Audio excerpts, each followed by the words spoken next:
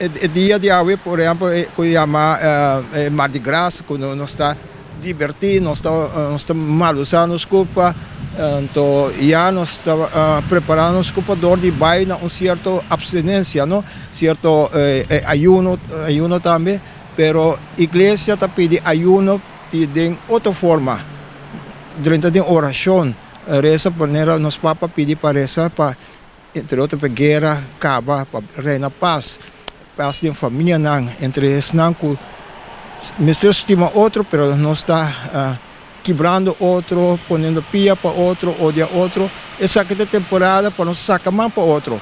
Essa aí é temporada de quaresma. Não mira se comimento para sobrar, no qual nós comemos, sale foi nos culpa, pero no qual dentro do nosso coração, no qual está dando nos ser. Pues essa aí é realmente ayuno, abstinência, no qual é maldade que tem no nosso coração.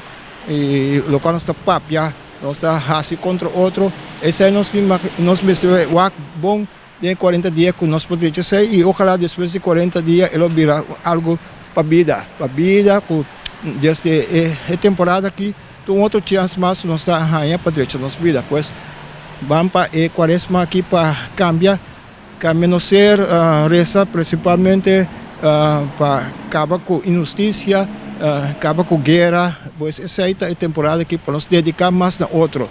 Também nos meses de oração, por favor, nós está bom espiritualmente, mentalmente, nos pode ajudar outro.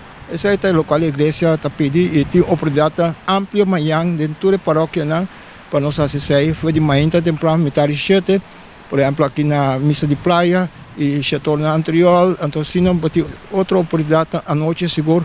Toda a paróquia na praia Chator, anterior metade 8 e Chator à noite na Rincón também. Pois ampla oportunidade para nós começar a visitar a igreja mais frequente e seguro já bienes não abster de carne, visitar o caminho de cruz, e penitência extra que a igreja está pedindo nós, fazer algo extra, pedir missa mais, reza para outro, ajuda o ser não querer ontem bom. E essa é o local, a temporada de quaresma, é vitória para nós, assim alcançar a ressurreição que o Senhor faz para nós, mas nós também podemos ressuscitar fora de nós mortos.